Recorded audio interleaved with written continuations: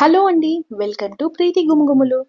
ఈరోజు మా ఇంట్లో లంచ్‌కి ఏం ప్రిపేర్ చేస్తున్నానో మీకు కంప్లీట్‌గా చూపిస్తాను. వీడియోని లాస్ట్ వరకు చూడండి. మీకు నచ్చితే లైక్ అండ్ షేర్ కూడా చేయండి. ఇంకా నా ఛానల్‌ని సబ్స్క్రైబ్ చేసుకోకపోతే తప్పకుండా సబ్స్క్రైబ్ చేసుకోండి.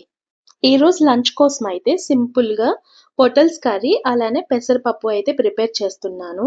మీలో ఎంతమందికి పొటల్స్ తెలుసు? నేనైతే సింపుల్‌గా అయితే ప్రిపేర్ చేసుకుంటున్నాను పొటల్స్ కర్రీని. ఫస్ట్ అయితే పొటల్స్ అన్నీ క్లీన్ చేసేసుకొని చూపించిన విధంగా అయితే కట్ చేసుకున్నాను. అలాగనే 3 ఆనియన్స్‌ని కూడా ఇలా చిన్న చిన్న పీసెస్ కింద అయితే కట్ చేసుకున్నాను. కర్రీ అయితే ఇప్పుడు స్టార్ట్ చేసేద్దాం. ముందుగా పాన్ అంతా హీట్ ఎక్కాక ఆయిల్ వేసుకొని, కొంచెం జీలకర్ర, పచ్చిమిర్చి, ఆనియన్స్ ఏసి ఫ్రై చేసుకోవాలి. కొంచెం ఆనియన్స్ అన్నీ ఫ్రై అయ్యాక అల్లం వెల్లుల్లి పేస్ట్ గూడా వేసి ఫ్రై చేసుకున్నాను. నిజంగా పొటల్స్ కర్రీ అయితే పప్పు కాంబినేషన్‌లో అయితే చాలా టేస్ట్ ఉంటది. అలా అని ఫ్రై గూడా చేయట్లేదు నేను బాగా. జస్ట్ కొంచెం గ్రేవీ కర్రీలా ప్రిపేర్ చేస్తున్నాను నేను. ఈ పొటల్స్ అన్నీ కొంచెం ఫ్రై అయ్యేలోపు మనం పక్కన పప్పు గూడా పెట్టేసుకోవచ్చు. పెసరపప్పుకి కొంచెం టమాటోస్, ఆనియన్స్, వాటరు, కొంచెం పసుపు యాడ్ చేసైతే నేను దీన్ని 4 విజిల్స్ అయితే పెడుతున్నాను. ఇప్పుడు కర్రీని ఒకసారి కలుపుకుందాం.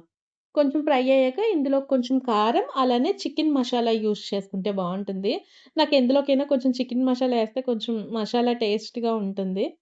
సో, ఇది కొంచెం ఫ్రై అయ్యాక ఇందులో కొంచెం వాటరేసేసి మూత పెట్టేసుకుంటే దగ్గరికి కుక్ అయిపోతది. 3 విజిల్స్ అయిపోయాయి కదా! ఇప్పుడు మనం పెసరపప్పుకి.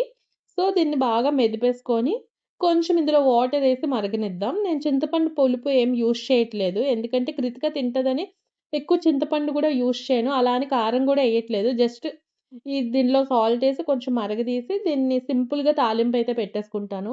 ఎక్కువ స్పైసీగా చేయట్లేదు పప్పుని. ఎందుకంటే కృతిక తింటదని సింపుల్‌గా అయితే తాలింపు పెట్టుకుంటున్నాను.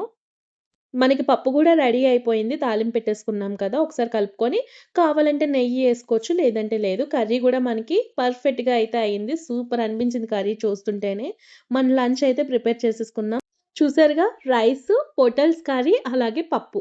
మంచి కాంబినేషన్. ఒకసారి మీరు గూడా ట్రై చేయండి.